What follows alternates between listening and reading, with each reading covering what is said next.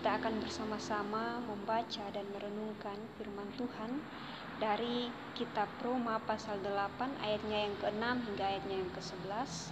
Lembaga Alkitab Indonesia memberi judul Hidup oleh Roh.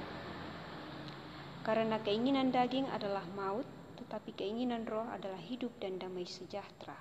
Sebab keinginan daging adalah perseteruan terhadap Allah, karena ia tidak takluk kepada hukum Allah. Hal ini memang tak mungkin baginya.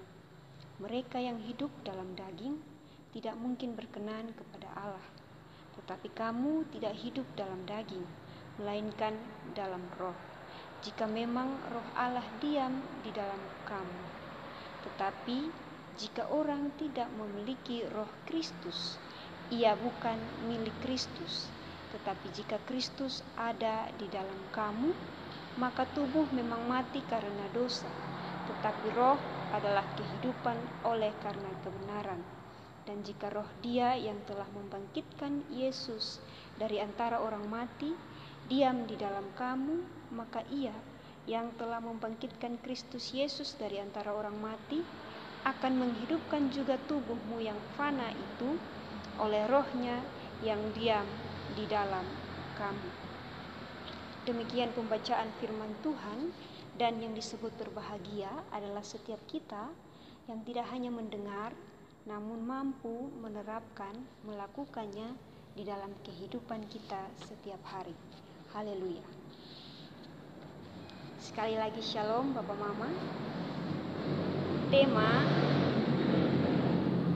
Tema renungan kita saat ini yaitu kebangkitan Kristus menghidupkan tubuh yang fana. Sekali lagi, kebangkitan Kristus menghidupkan tubuh yang fana. Bapak Mama, sebelum kita jauh membaca atau menggali lebih dalam bacaan kita saat ini, kita perlu melihat sedikit latar belakang dari kitab Roma itu sendiri. Bapak Mama, seperti yang kita ketahui bersama, kitab Perjanjian Baru itu terdiri dari 5 bagian, yaitu kitab Injil, kitab Kisah Para Rasul, surat-surat Paulus, surat-surat umum, dan Wahyu. Kitab Roma itu sendiri merupakan salah satu bagian dari surat-surat Paulus. Surat ini ditulis sekitar tahun 55 sampai 56 zaman bersama di kawasan timur. Surat ini tidak hanya ditulis sendiri oleh Paulus, tetapi Paulus dibantu oleh teman sekerjanya, yaitu Tertius. Surat ini jelas ditujukan kepada jemaat atau komunitas orang percaya yang berada di Roma. Tujuan penulisan surat ini yaitu untuk mempersiapkan jalan bagi pelayanan Paulus di Roma serta rencana pelayanannya ke Spanyol.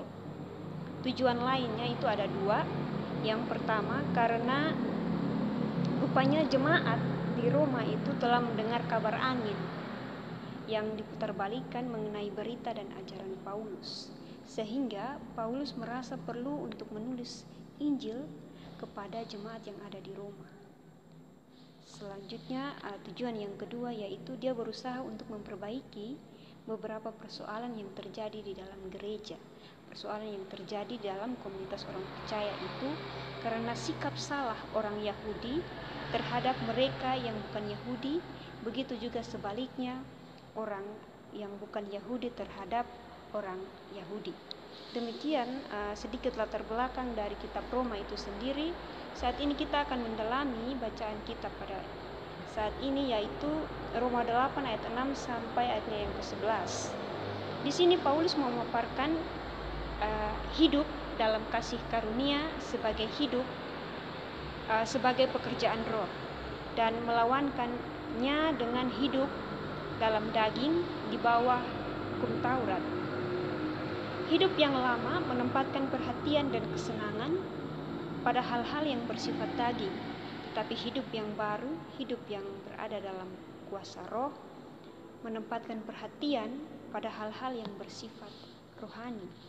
Kalau hidup kita menuruti keinginan daging, ciri yang akan nampak dalam kehidupan kita itu adalah ciri yang bersifat daging, dan itu akan nyata dalam pikiran kita. Kalau yang lebih kuat unsur rohani kita, maka sesuai dengan itu juga yang nampak dalam arah hidup kita, dalam tindakan kita, itu adalah ciri yang bersifat rohani. Kita akan lihat lebih jauh dalam ayatnya yang ke-6 dan ayatnya yang ke-7. Di sini Paulus berbicara tentang keinginan. Keinginan dalam bahasa Yunani yaitu pronema, yang artinya adalah pikiran atau akal budi. Jadi keinginan yang dimaksud di sini adalah sesuatu yang berasal dari pikiran kita, sesuatu yang berasal dari akal budi kita sendiri, bukan berasal dari luar, bukan dari Allah. Di sini Bapak Mama, hal pokok yang ingin disampaikan Paulus berkenaan dengan keinginan adalah ia ingin mengatakan bahwa keinginan daging adalah maut, tetapi keinginan roh adalah hidup dan damai sejahtera. Dalam hal ini, maut adalah akibat dari hidup menurut daging, dan hidup dan damai sejahtera adalah akibat dari hidup menurut roh. Hidup dalam daging adalah perseteruan terhadap Allah, menyia-nyiakan pikiran Allah, keinginan Allah tentang manusia. Jadi di sini ketika kita hidup di dalam daging, kita akan menjadi seteru Allah, kita akan menjadi musuh Allah, kita akan menolak apa yang Allah rencanakan, apa yang Allah inginkan di dalam hidup kita. Dan yang menjadi pusat di dalam kehidupan kita ketika kita menaruh keinginan kita adalah diri kita sendiri, bukan kehendak Allah tetapi diri kita sendiri. Artinya egoisme kita yang menjadi pusat dalam kehidupan kita. Oleh karena itu kita akan menjadi musuh Allah, karena kita hidup menurut keinginan daging kita tidak akan mampu menaati hukum Allah. Selanjutnya Bapak Mama, dalam ayatnya yang ke-10 hingga ayatnya yang ke-11, Paulus juga berbicara tentang tubuh. Menurut Paulus di sini, tubuh memang mati karena dosa, tetapi roh adalah kehidupan oleh karena kebenaran. Tubuh, kata tubuh di sini berarti manusia yang berada di bawah kendali dosa, yang sering kita sebut atau kita kenal dengan daging. Aku yang palsu itu mati atau tidak berguna karena dosa. Aku yang palsu di sini adalah aku, kita yang hidup menurut keinginan daging. Aku yang ini, artinya aku yang palsu, tidak mungkin berguna bagi Allah. Tentu saja aku yang sejati hidup karena kebenaran yang dicurahkan oleh Allah. Ketika aku menjadi aku yang palsu, aku bertindak menurut keinginan daging.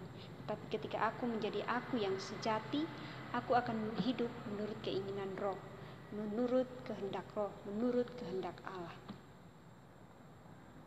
Oleh karena roh Allah atau roh Kristus yang ada di dalam kita, yang ada di dalam tubuh kita, maka aku yang palsu itu, yang tadinya hidup di dalam diri kita, kini digantikan menjadi aku yang sejati.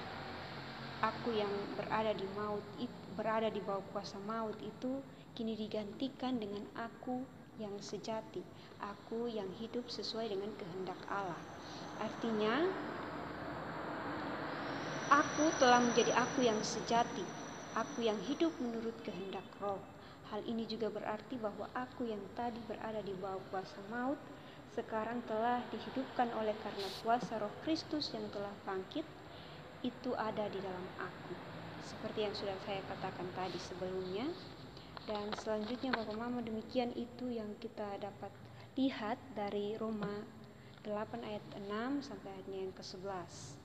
Namun ada satu ilustrasi yang ingin saya sampaikan untuk menolong kita memahami firman Tuhan ini, yaitu ilustrasi tentang bunga mawar. Suatu ketika ada bunga mawar yang tumbuh indah di halaman sebuah rumah. Seringkali bunga mawar ini membuat orang-orang terpesona, terkagum ketika orang-orang melihat dia. Suatu ketika pemiliknya pergi ke luar kota, sehingga tidak ada yang merawatnya. Bunga itu kini menjadi layu karena sudah hampir 2 minggu ia ditinggal oleh pemiliknya dan tidak dirawat, tidak diairi juga. Ia yang biasanya tampil mempesona dengan kelopaknya yang indah, yang menawan, kini mulai layu dan nyaris mati. Karena pemiliknya juga tak kunjung pulang, ia juga tidak diairi, dan akarnya juga mengering, daun bunganya bahkan mulai layu. Namun mujizat terjadi dan turunlah hujan. Ketika hujan membasahi tanah dan akar bunga mawar itu kembali menyerap air, bunga mawar itu kembali hidup. Dan tak lama kemudian sesudah hal itu, bunga mawar itu kembali menampilkan kelopaknya yang cantik, dan kali ini kelopaknya lebih cantik dari yang sebelumnya. Ia lebih mempesona dan mengagumkan lagi dari yang sebelumnya.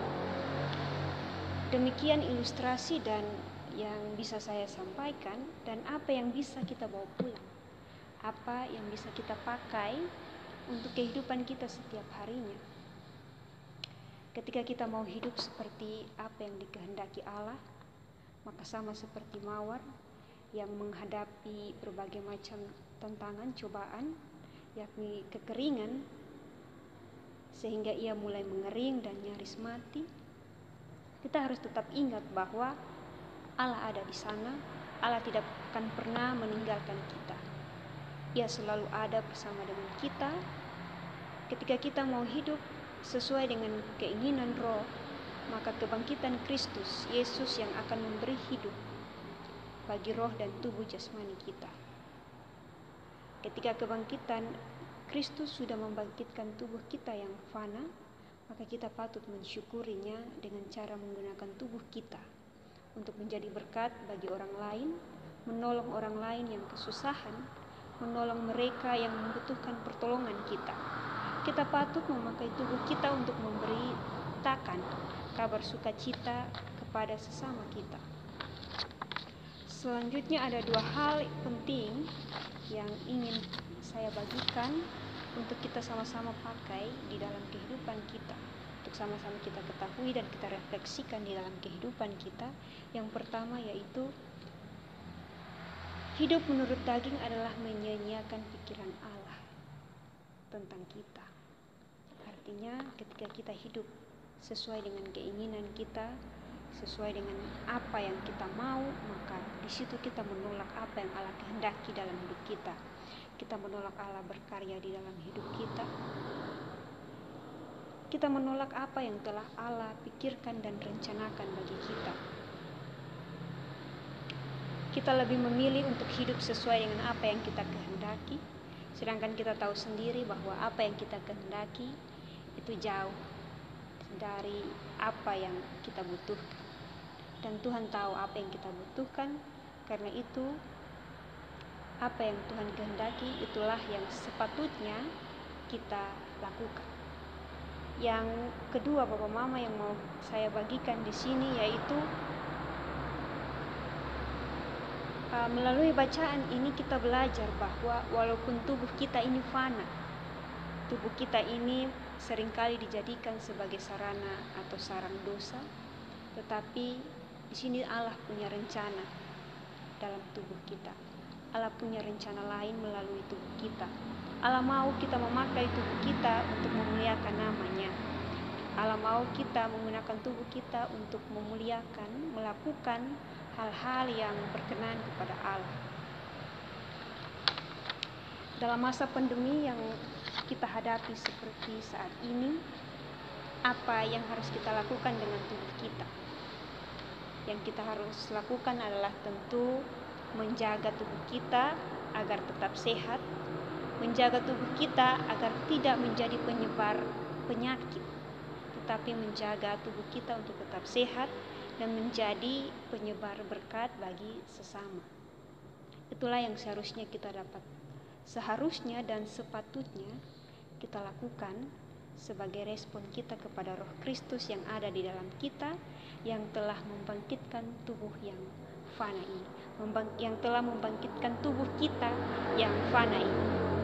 Di akhir khotbah ini saya ingin menyampaikan 2 kalimat pendek, yaitu hidup menurut Roh mendatangkan kehidupan bagi roh dan tubuh kita. Hidup menurut keinginan daging mendatangkan maut bagi tubuh maupun bagi roh kita. Silahkan berefleksi. Tuhan Yesus memberkati.